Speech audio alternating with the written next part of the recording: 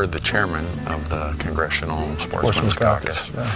You're no longer chairman, but in your time of doing that, what did you learn about sportsmen, what we need to be doing more, how we can be more interactive to advocate our own cause?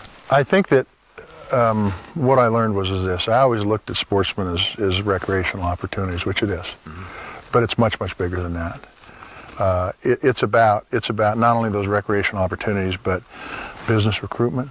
It's about getting people that'll come and work in Montana. They're a well-trained workforce because we have this great outdoors that we can work in. And I'm talking business recruitment, not just places like Sims. I'm talking business recruitment, right.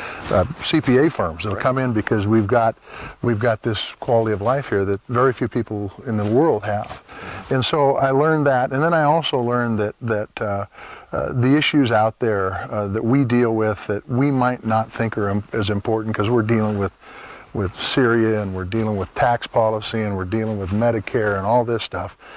The fact is the sportsman's issues are pretty darn important too. And you can tie them to things like healthcare, you can tie them to quality of life, you can tie them to clean water systems. I mean, we're sitting up here not far from Bozeman's source for water for their right town. There. Yeah. And all these things work together. And that's really what I learned. And to go back, what does that mean? That means you have to have common sense legislation that really allows money to get to the ground, to do the work that needs to be done, to make sure that we have the habitat, the clean air, the clean water, the ability to have access to be able to go into these great areas and be able to utilize them, whether it's just for hiking or whether it's to be able to go out and hunt and fish and do the things we all love. Yeah.